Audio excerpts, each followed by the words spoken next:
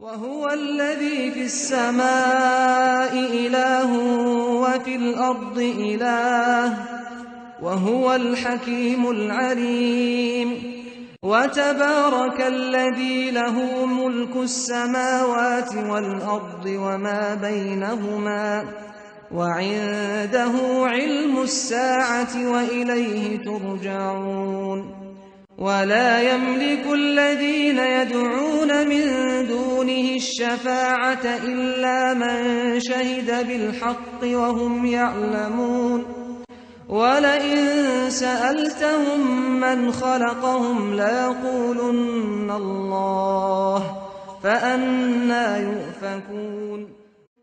اور وہی ایک آسمانوں میں معبود ہے اور وہی زمین میں معبود ہے، اور وہ دانا اور علم والا ہے، اور وہ بہت بابرکت ہے، جس کے لیے آسمانوں اور زمین اور جو کچھ ان دونوں میں ہے سب کی بادشاہت ہے، اور اسی کو قیامت کا علم ہے، اور اسی کی طرف تم لوٹ کر جاؤ گے.